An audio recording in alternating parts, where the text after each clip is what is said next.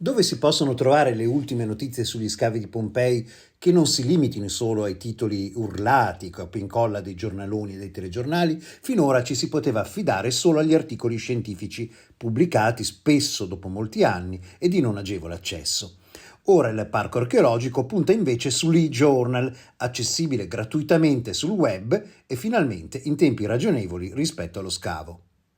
Beh, credo il futuro dell'archeologia sia quello di utilizzare tutte le possibilità del digitale e della rete per rendere la ricerca totalmente trasparente e condivisa. Dunque, nel momento in cui esce il comunicato stampa, esce anche un primo inquadramento scientifico sul nostro sito, sul nostro e-journal, quindi una rivista digitale per parlare di Pompei in maniera anche scientifica. Abbiamo visto con grande soddisfazione che non solo la comunità scientifica utilizza questa fonte, ma anche i giornalisti, che forse abbiamo un po' sottovalutati, perché vedo che approfondiscono e dunque che è giusto puntare su una comunicazione sempre a doppio livello, quella diciamo, più divulgativa che spiega in maniera sintetica la novità, ma al tempo stesso ci deve essere anche una base scientifica per chi vuole approfondire, ma anche forse controllare, forse anche contestare, perché no, perché la scienza è questo, è sempre un dialogo, un dibattito. Non siete ancora riusciti a fare il passo, magari sono per motivazioni, diciamo così, tecniche di sicurezza, che per esempio fa un sito come Chatalux Jan Oder proprio fa partecipare quando può anche la community locali, gli studenti in una forma, diciamo così, di archeologia se non partecipativa perlomeno condivisa. Ecco, questo è molto più difficile a Pompei. E noi abbiamo un progetto che si chiama Raccontare i cantieri, dunque apriamo i cantieri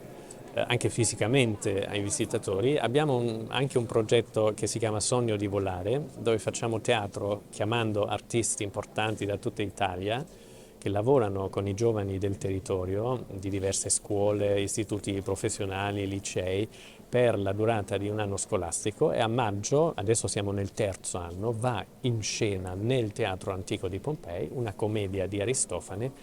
realizzata dai giovani del territorio, che così si possono riappropriare del loro patrimonio e viverlo. Questo è importante. Una partecipazione al sito, naturalmente non una ricerca. Sempre Oder ci spiegava che ormai il livello è talmente alto di compartecipazione scientifica delle varie discipline che intervengono nell'archeologia che ormai quello che fu la public archaeology di 30 anni fa è impossibile. Beh sì, ma l'importante è portare avanti il concetto public archaeology, archeologia pubblica, archeologia circolare direi, cioè un'archeologia che non vede più la ricerca, la tutela, la valorizzazione, la gestione come elementi a sé stanti, ma tutto come un unico circuito, e se funziona la conservazione funziona anche la ricerca e viceversa, e se funziona la ricerca funziona anche la valorizzazione. Non c'è valorizzazione senza ricerca, non c'è un museo che possa fare a meno dell'aspetto scientifico e di ricerca. Nella comunicazione archeologica è estremamente complicato fare quell'opera di traduzione, è sempre difficile, c'è sempre il rischio, no, del come tradurre Kilix, come tradurre Caupona se si fa o se si osa il fast food, è sempre difficile la famosa pizza che non generi, diciamo così, piani sfasati di comunicazione. Ecco, questo è un problema non da poco. Penso, diciamo, il problema non esiste per me, perché la cosiddetta divulgazione non deve mai essere fatta come appunto un approccio top-down, dunque una semplificazione, c'è un dato scientifico, adesso lo devo semplificare, ma deve essere un linguaggio inclusivo, non deve temere anche il dibattito, la discussione, ma questo avviene anche in ambito scientifico, quindi perché non in ambito anche diciamo, dei media, e deve semplicemente mettere sul tavolo tutti i dati, tutto quello che è il quadro, e poi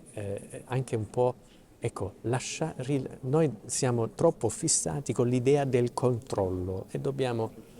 abbandonare quest'idea del controllo di tutto il processo, e puntare sulla trasparenza, sulla condivisione, poi credo che non ci saranno problemi.